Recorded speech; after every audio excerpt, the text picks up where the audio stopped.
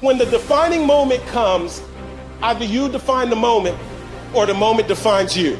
Either you define the moment, you decided that you're gonna not concern yourself with the naysayers, that you're not gonna concern yourself with what has happened or what hasn't happened, but you're gonna make the commitment to do what you've gotta do so that you can have a lifestyle that you've never experienced before. Or the moment defines you, and you decide to play it safe. And 20 years from now, you say to yourself, what if I would have taken a chance on myself? What if I would have stayed in the game? What if I would have kept making the phone calls? What if, and what if? The what if mentality is, this guy told me I was a 36th African-American Navy SEAL in Navy SEAL history, over 70 years. This guy told me there's only 35 African-Americans to ever be a Navy SEAL. He was pretty much telling me, you ain't got what it takes. I took that and said, what if I can be the 36th? But what if I could? What if I could pull off this miracle? How will I feel at the very end if I can defy all the odds? You're in a test of your will right now, because life says it has a little more test for you. You can look at your challenge with skill, and it will see it just as that, a challenge. Or you can look at your challenge with will. Those exceptional people who are uncomfortable with the times and rise to the challenge because they refuse to allow the chaos around them to determine the conqueror within them. I've never met anybody who was terribly creative or gifted or strong in leadership who was also comfortable. You must be willing to extend yourself to the limit with no guarantee of success. Every day, you must ask yourself, did I do enough? Prove to yourself today, every day, that you can and will push harder than you wanted to, harder than you felt like pushing, past the point of fatigue and far beyond the point of comfort, to that outer edge, to the limits.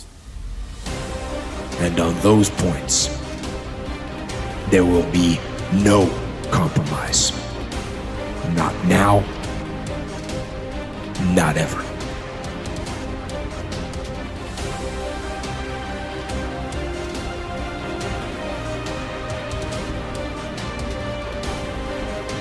Young people globally want to be like Elon Musk. What's your advice on that? I think that probably they shouldn't want to be. You? I think it sounds better than it is. Okay.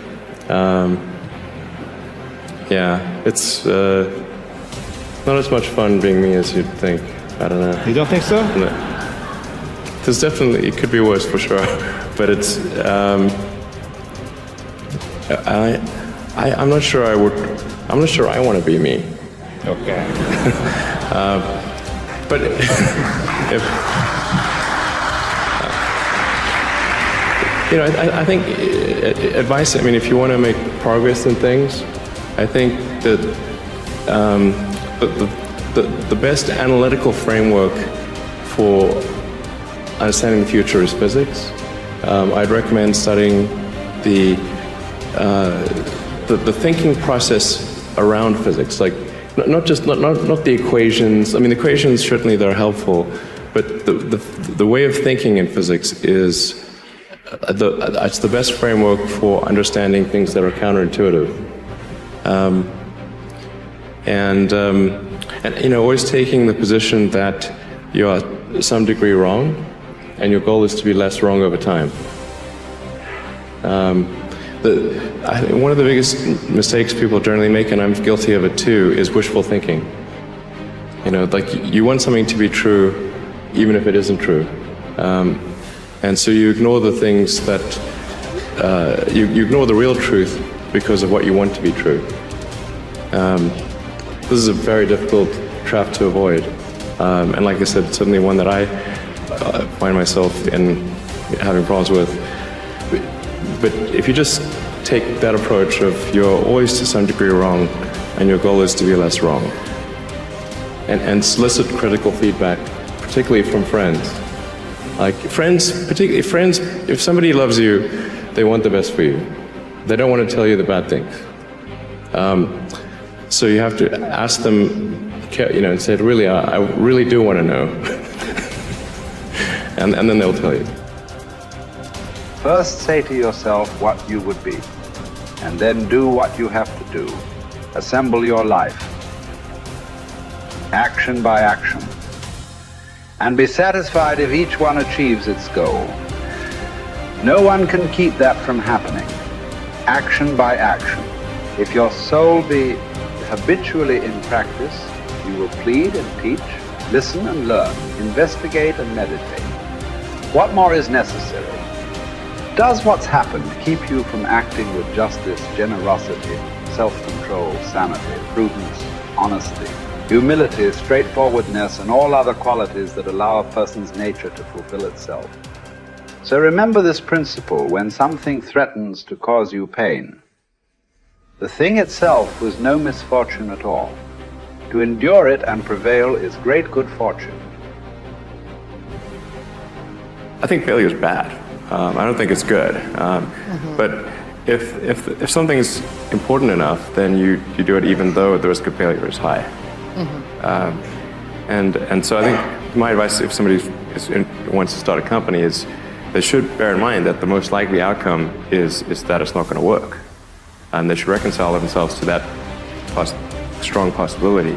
And they should only do it if they feel that they are really compelled to do it.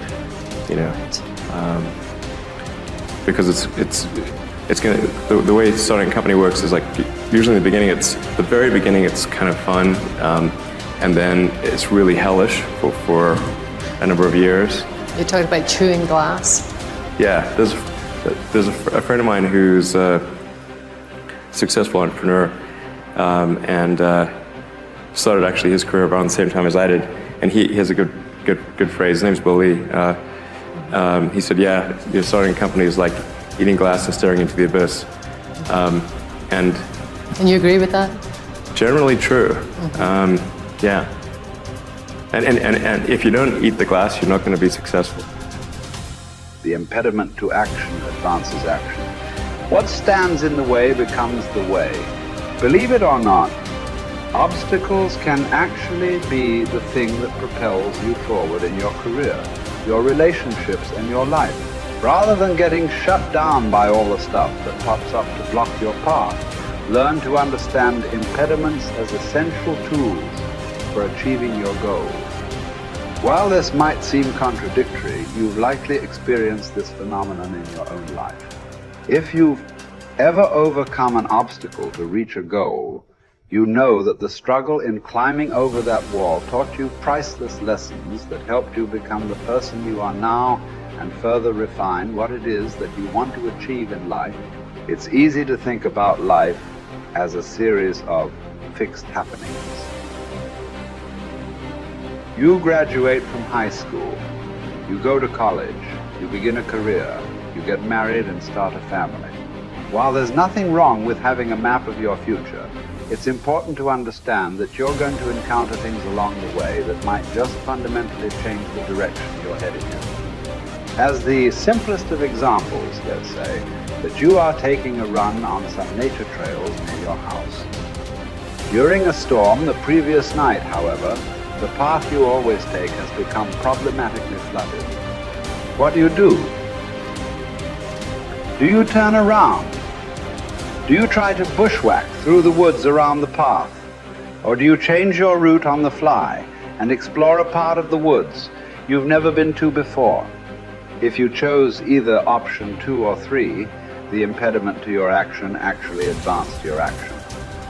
You likely experienced a new and rejuvenating headspace too, either navigating through the woods without a trail or running down a path you've never considered exploring before.